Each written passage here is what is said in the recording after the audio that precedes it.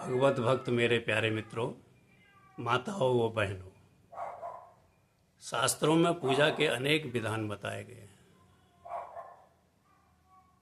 जैसे पंचोपचार पूजन, षोडशोपचार पूजन, अष्टादशोपचार पूजन आदि।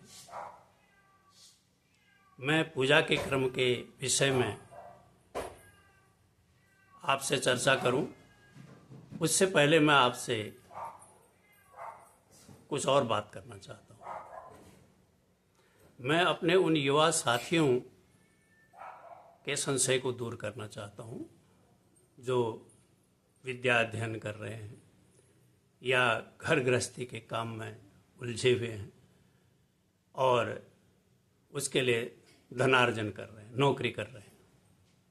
उनका ऐसा मानना है कि हमारा जो कार्य है वह धनार्जन है या विद्या अर्जन है। हम पूजा नहीं कर सकते, हमारे पास पूजा करने का टाइम नहीं है। तो मित्रों, मैं आपको उन मित्रों को बताना चाहता हूं जो ऐसा मानते हैं। हमारे शास्त्र में ये स्पष्ट रूप से लिखा हुआ है कि अजरा अमरवत प्राज्ञो विद्याम अर्थम च चिंतय। मैं अजर हूं, अमर हूं, ऐसा सोच करके निरंतर विद्या अध्ययन करना चाहिए और धन अर्जन करना चाहिए, धन का संचय करना चाहिए। लेकिन एक बात ध्यान रखने वाली बात यह है कि विद्या और अर्जन करने का एक समय ऐसा कुछ नहीं है कि हमारा आज इतना समय खत्म हो जाएगा, इसके बाद फिर इस अवस्था के बाद भगवान का भजन करूँगा। क्योंकि जीवन का कोई निश्चय नहीं है। जीवन कब तक है, क्या है, कैसा है, भोज किसी का देखा हुआ नहीं होता है। इसलिए दूसरी लाइन पर हमें ध्यान रखना चाहिए कि गृहीत यो केशेषु मृत्युना धर्मम आचरे, कि मृत्यु ने हमारे केस को ऊपर से पकड़ रखा है, कभी भी हमें खींच सकती है। इसीलिए निरंतर धर्म का आचरण भी करना चाहिए। तो दोनों काम हमारा एक साथ चलते रहना चाहिए, उसके लिए कोई बंटवारा नहीं है। दूसरी बात, हमारे जो ऐसे मित्र हैं जो ये मानते हैं कि मैं तो भगवान को भाव से भजता हूँ, मेरे मन में उनके प्रति अगाध श्रद्धा है, उनको मैं बहुत मानता हूँ, लेकिन मैं दिखावा नहीं करता। मैं लोगों को ये दिखाता नहीं हूँ मैं भगवान का पुजारी हूँ या मैं भगवान को मानता हूँ। तो ये बात ध्यान रखना चाहिए उन लोगों को कि ये तो निश्चित है कि भाव सबसे पहले चाहिए मन में। भाव होगा तब कर्म होगा, भाव के बिना कर्म नहीं हो सकता है। भाव की प्रधानता तो है ही है, क्योंकि भावे ही विद्यते देवा तस्मात् भावो ही कारण। भाव में भगवान का निवास होता है, भाव ही सबसे पहला कारण है। भावे वसन्ति देवा, भाव में देवता का निवास होता है। शास्त्रों में तो ये भी कहा गया है कि मंत्रे तीर्थे द्विजे देवे दैवज्ञे भैषजे गुरौ यादृशी भावना यस्य सिद्धिर्भवति तादृशी।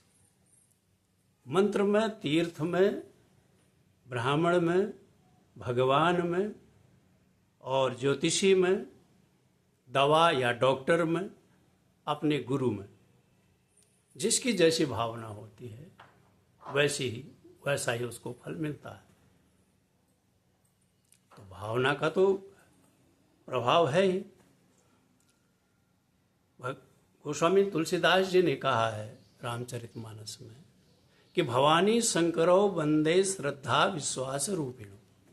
मैं भवानी शंकर की वंदना करता हूँ जो श्रद्धा और विश्वास के रूप हैं।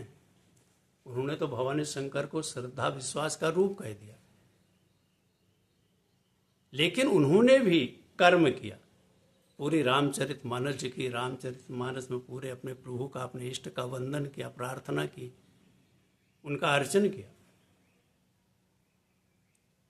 वो खाली बैठे नहीं रहे, केवल भाव से काम नहीं चला। ये मान करके काम नहीं चला कि श्रद्धा विश्वास के रूप में तो करना कुछ नहीं है, ऐसा नहीं है।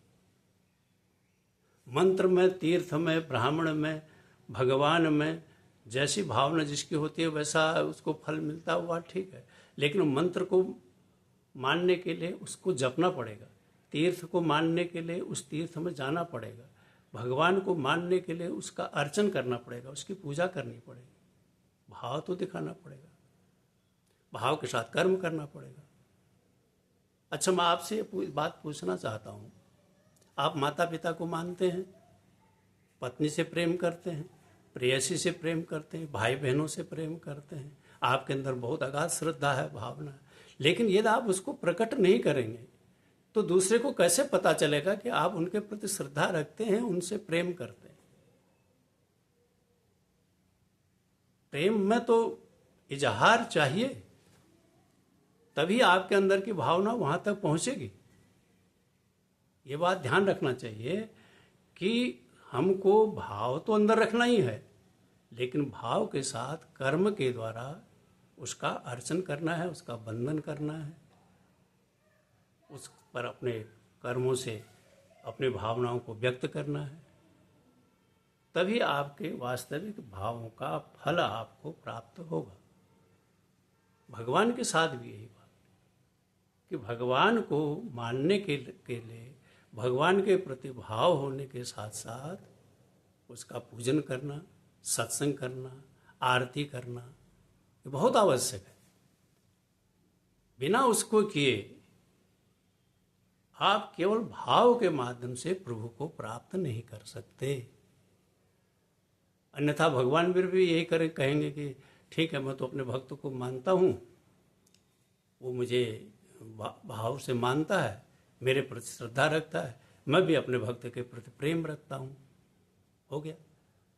अब यदि वो कुछ करे नहीं आपके लिए, आपकी मनोकामना पूरी न करें, आपके लिए कुछ करे नहीं, तो आपको कैसे पता चलेगा कि भगवान मेरे ऊपर खुश है। इसलिए ये जरूरी है कि अपने भावों को भगवान के चरणों में समर्पित करें, कर्म करें, पूजा करें, और पूजा इत्यादि करके उसके क्रम को रख करके, क्योंकि ये भी जरूरी है कि आप किसी का स्वागत करते हैं, किसी का अर्चन करते हैं, किसी का वंदन करते हैं, ये तो सही क्रम में होता है, तो उससे जो भी आता है, अतिथि भी जल्दी खुश हो जाता है। यदि अतिथि का आप सही ढंग से स्वागत करते हो तो भगवान तो फिर क्यों नहीं खुश होंगे। तो मित्रों, आपको किसी प्रकार का संशय न करके यथा शक्ति, यथा सामर्थ्य, अपने संसाधन के अनुसार, समय के अनुसार भगवान का पूजन करना चाहिए। और मैंने आपको बताया कि मंदिर होना चाहिए भगवान का, और भगवान के मंदिर को ऐसा बनाइए, ऐसा तीर्थ बनाइए कि आपको अन्य जगह तीर्थ जाने की जरूरत न पड़े। धन्यवाद।